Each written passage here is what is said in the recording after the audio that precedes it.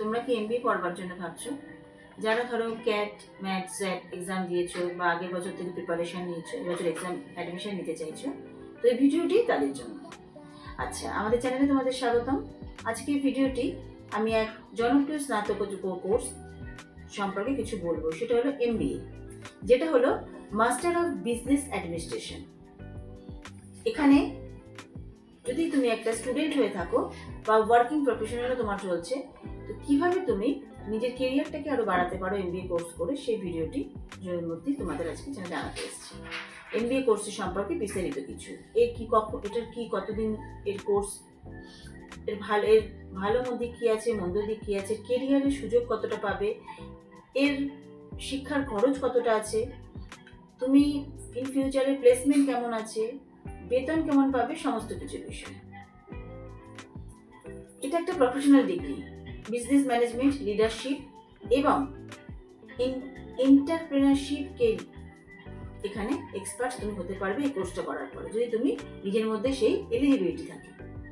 এটা থেকে finance, marketing, HR এবং আরো অনেক অপারেশন যেগুলো আছে, যেখান থেকে তুমি স্পেশালাইজেশন করে এখান থেকে তুমি কিন্তু তোমাকে নানা রকম জায়গায় তুমি অপশন পেয়ে যাবে।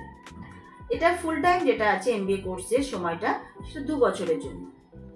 এক্সিকিউটিভ এমবিএ যারা করতে চায় তারা 1 বছরের জন্য, আর যারা খণ্ডকালীন এমবিএ করতে চাইছো তারা কিন্তু 2 থেকে 3 বছর।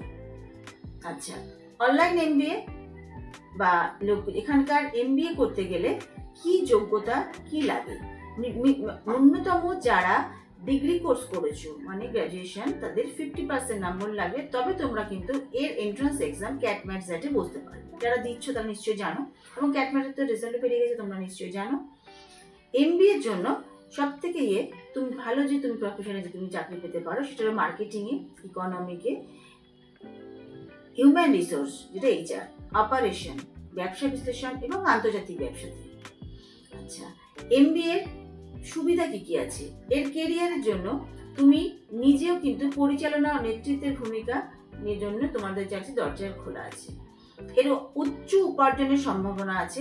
এমবিএ স্নাতক উচ্চ পেইড পেনশনের পছন্দ করে পেশাদাররা। আচ্ছা, নেটওয়ার্কিং সুযোগ আছে, আপনি নিজের সহকর্মী এবং শিল্প বিশেষজ্ঞদের কাছে শক্তিশালী সংযোগ সম্পর্কে কিছু তুমি কথা বলতে পারবে। এর অর্থ স্বাস্থ্যসেবা, প্রযুক্তি আর যারা ইন্ডাস্ট্রিতে কাম করতে পারবে এইসব ইন্ডাস্ট্রিতে। আচ্ছা, এটা কিন্তু অসুবিধা কি আছে? এটা করতে একটু হয়তো তোমার খরচাটা বেশি হতে পারে, বিশেষ করে শীর্ষস্তরের প্রতিষ্ঠানে। আচ্ছা, এর মধ্যে তোমার সফলতা, তোমার যদি নিজে মনে হয় যে তুমি যেখানে রয়েছো, যে লোকেশনে রয়েছো বা যেখান থেকে যে কলেজ থেকে পড়াশোনা করছো, তোমার যদি নিজে এলিজিবিলিটি না থাকে, তাহলে কিন্তু এই কোর্সটা করে তোমার কোনো লাভ হবে না। যে তোমার নিজের উপর নিজে কতটা বিশ্বাস আছে যে তুমি কোর্সটা করার পরে নিজের এই কোর্স থেকে নিজের ফিউচারটা ব্রাইট করতে পারবে।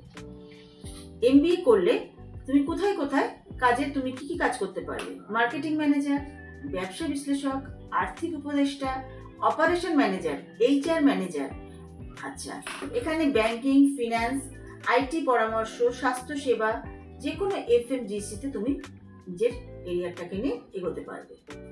এখানে খরচ দেখো, এমবিএ করতে গেলে যদি তুমি মনে করো টপ কলেজে যেতে চাইছো, যেটা আইআইএমএস, আইএসবি, সেখানে খরচটা একটু বেশি হয়ে যায়, 15 থেকে 25 লাখ টাকার মধ্যে। কিন্তু মোটামুটি যে কলেজগুলো আছে, যেখান থেকে মোটামুটি 5 থেকে 10 লাখের মধ্যে কিন্তু তুমি এমবিএ কোর্সটা ফুল করে নিতে পারবে। এখানে প্রবেশিকা পরীক্ষার কিন্তু ফিজ আছে 20,000 টাকা থেকে 1 লাখ টাকা অবধি, এবং হস্টেল খরচা প্রায় তোমার 1 থেকে 2 লাখ টাকা করে।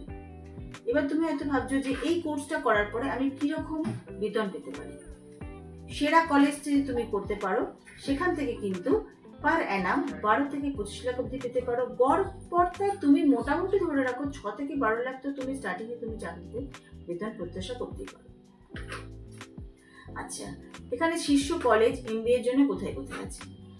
IIM Ahmedabad, IIM Bangalore, IIM Kolkata, তাছাড়া এক্সএলআরআই জামশেদপুর, আচ্ছা ISB Hyderabad, SP Jain institute and management and research Mumbai, FMS Delhi, NMIMS Mumbai, আর আছে তোমার TIS মুম্বাই। এই কলেজে এইসব কোর্স করতে গেলে তোমার কি কি সুবিধা আছে? নিজের উপর নিজের দক্ষতা বাড়বে, আত্মবিশ্বাস বাড়বে, বিশ্ব ব্যবসা যে চ্যালেঞ্জ এক্সপোজার মিলতে হয়, নিজের ব্যবসা তুমি নিজেই করতে পারবে, বৈষয়িক সুযোগের দরজা খোলা থাকে। অসুবিধা কি আছে? হয়তো অনেকে ভাবো যে MBA করব, এতটা খরচা কিভাবে সামলাবে, তোমার বাজেটের ইস্যু থাকবে। কিন্তু তোমরা যদি মনে করো আমাদের সঙ্গে, যদি আমাদের নিচে যে নাম্বারটি দেওয়া থাকলো এবং এই ভিডিওটি দেখার পরে তোমাদের যদি ভালো লাগে, তাহলে তোমরা যদি সাবস্ক্রাইব করে দাও এবং বেল আইকনটা প্রেস করে দাও, তোমাদের কাছে এরপর থেকে সমস্ত ভিডিওটি আপডেট চলে যাবে।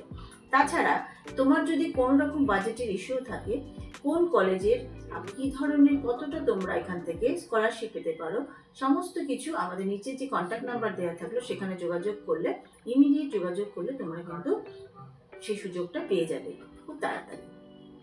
তো সেই রিগার্ডিং আজকে তোমাদের কাছে এই ভিডিওটি MBA স্টুডেন্টে যারা পড়াশোনা করতে চাইছো তাদের জন্য একবার তোমরা যদি দেখার পরে মনে করো আমাদের সেন্টারেও আসতে পারো, নিচে কন্ট্যাক্ট নাম্বারে তোমাদের কাছে যোগাযোগ করলে তোমাদেরকে পুরো অ্যাড্রেস আমরা পাঠিয়ে দিতে পারবো যারা MBA করার জন্য ভাবছো।